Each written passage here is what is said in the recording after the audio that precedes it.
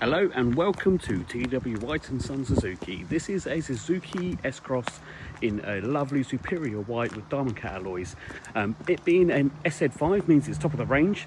So this comes with front and rear parking sensors. It is a AllGrip, which also means it's capable of four-wheel drive as four-wheel drive lock as well.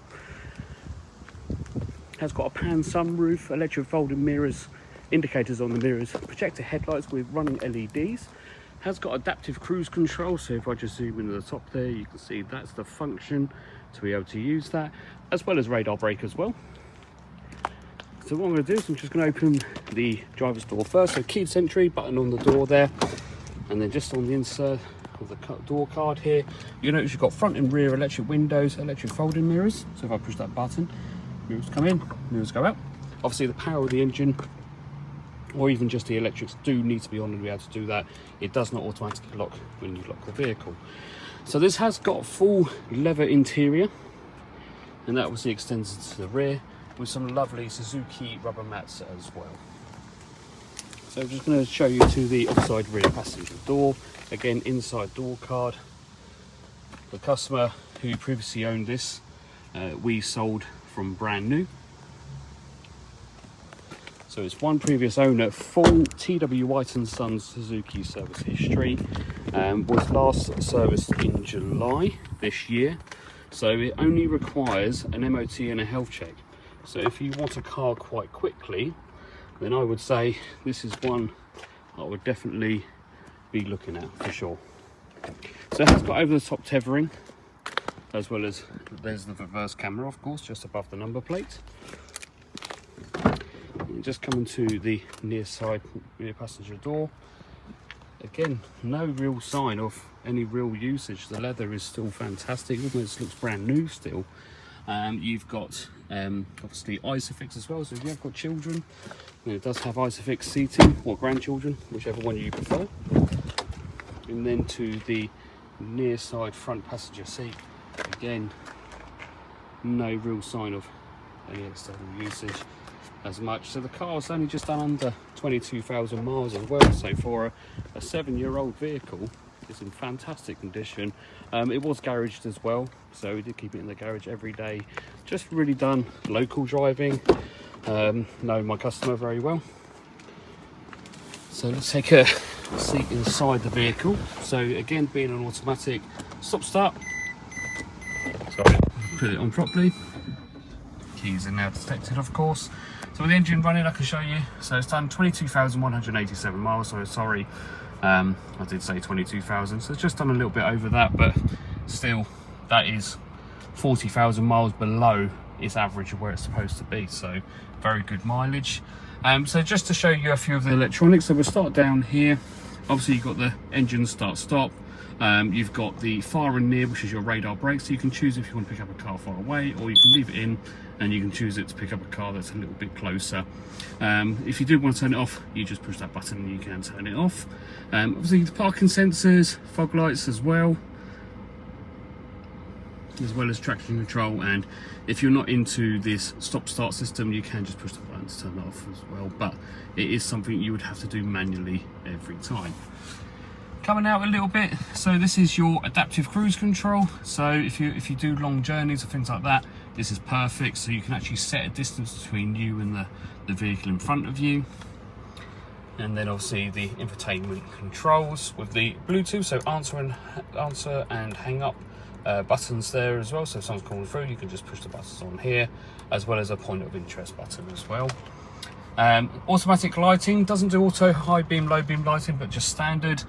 Does have auto window wipers as well, but you can take over manually if you want to.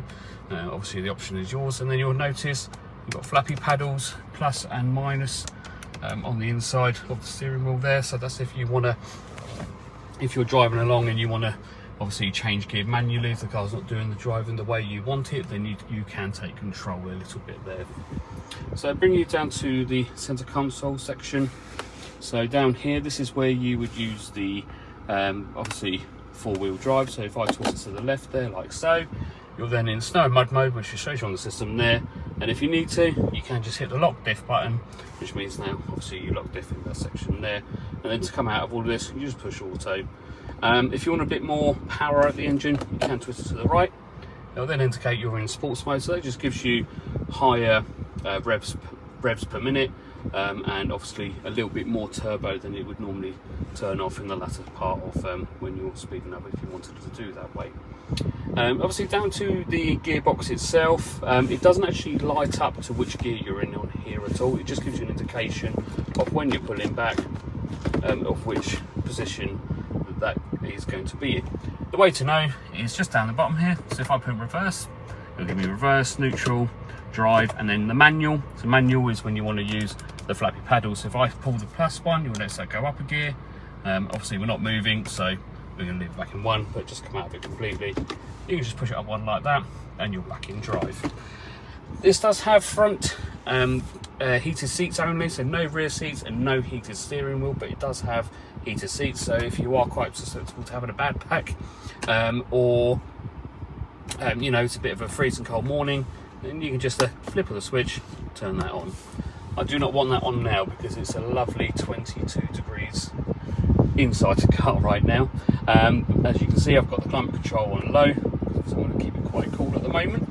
But if you ever want to warm up, then you can twist the knob like so, and you can do it by 0.5 degree at a time. Now if you want to have different temperatures, you can, and it's just a twist of a knob like that. So you can change the temperature to your liking on either side. So if you two can't agree on a temperature, you can now, and you'd be more than happy to do that. And if you want to just go back to normal, just hit the dual button with the light on, turn that off, and it'll go back to the same way it was before. Bring you up to the infotainment screen here. So the infotainment screen, you do have a list of FM, AM, DAB radio, as well as your media options as well, so like Bluetooth connectivity or iPod or USB, whatever you really prefer to use. If not, just you can keep it on DAB radio, and you have a 6-channel list there. And then if you hit DAB assist, you get a further 6 channels as well. Some things that you've never really shown, especially when it comes to handover, but we'll give you a full breakdown when it comes to when you purchase the vehicle from us.